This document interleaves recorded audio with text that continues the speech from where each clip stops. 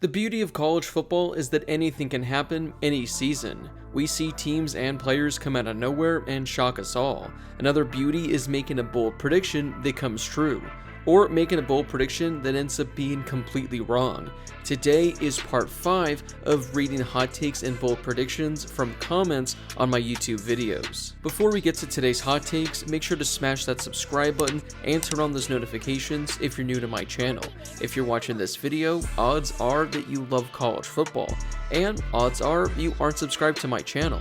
So make sure to subscribe to one of the best college football communities here on YouTube. I'm posting college football videos every day leading up to the start of the season, so make sure to subscribe so you never miss a video.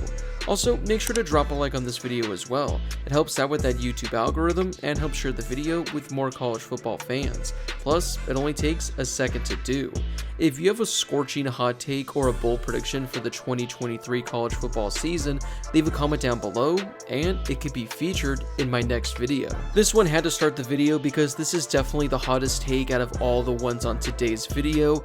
Oregon wears the same uniform combination at least twice this year. Yeah, I don't think that's something we're ever going to see again as long as college football's around, so if we get 2 of the same uniform combos from the Ducks this season, well, then, man, I don't even know what to say for this one. Sam Hartman has the best season by a quarterback since Joe Burrow. Now this would be something because there have been some really good quarterback performances since Joe Burrow. Obviously, nobody's put up the kind of season since Burrow did, but if Sam Hartman is able to put up numbers even remotely close to what Burrow did a couple years ago, I think Notre Dame is going to take that, because if that's the case, Notre Dame might just be the best team in all of college football this year. The Greek Rifle, Ethan Kaliakmanis, leads Minnesota to a 10-2 or 11-1 regular season record, loses the Big Ten championship game, but goes to the Rose Bowl. First off, can we agree that this is the best nickname in all of college football?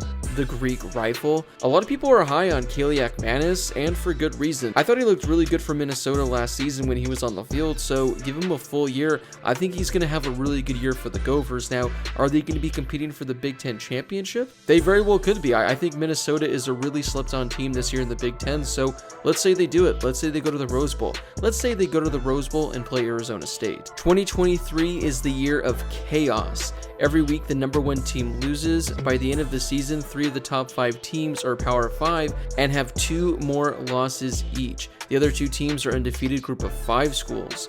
Yeah, I know this past season was a really chaotic one. I know a lot of people like to talk about the 2007 season for being the craziest, but if in 2023 we get the number 1 team losing every single week, yeah, I don't even know what the playoff would look like or what the top 25 would look like. I have no idea, but if that's the case, give me chaos. I love chaos. I think college football is a lot better with chaos. I think it gets boring when it's very repetitive and it's the same thing over and over. So yeah, give me the number 1 team losing every single week. Maybe that's the only way Arizona State can actually climb their way up to number 1. Boom. Give me Marvin Harrison Jr. to win and overshadow Devontae Smith's 2020 Heisman campaign with these stats. So first off, I like that we're calling our shot, saying that Marvin Harrison Jr. is going to win the Heisman and take down Devontae Smith's numbers. 125 receptions, just under 2,000 yards, 25 receiving touchdowns. Honestly, the crazy thing is I could see Marvin Harrison Jr. having 2 of these 3 numbers. I could see him finishing the season with 125 receptions and 2,000 receiving yards.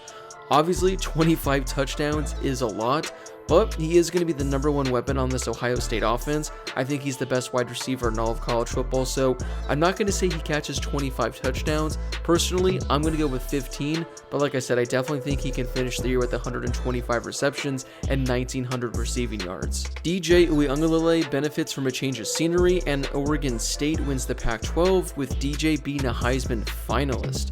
Yeah, again, I've talked about this many times this offseason, but I feel like DJ Uele going to Oregon State was one of the more underrated moves of the entire offseason, because this was an Oregon State team that honestly was so close to being in the Pac-12 championship game, and if you look at their quarterback performances from last season, they were awful at the position. I mean, they were truly awful. Now, I know DJ Uele isn't necessarily a massive upgrade by any means, but he is a pretty big upgrade, I think. So if you take Oregon State's team from last year, add a much better quarterback, I definitely think they could be in the Pac-12 hunt all season, and maybe things just click for DJ and he actually is a Heisman finalist. Bo Nix wins the Heisman and then immediately enters the NFL Hall of Fame instead of getting drafted.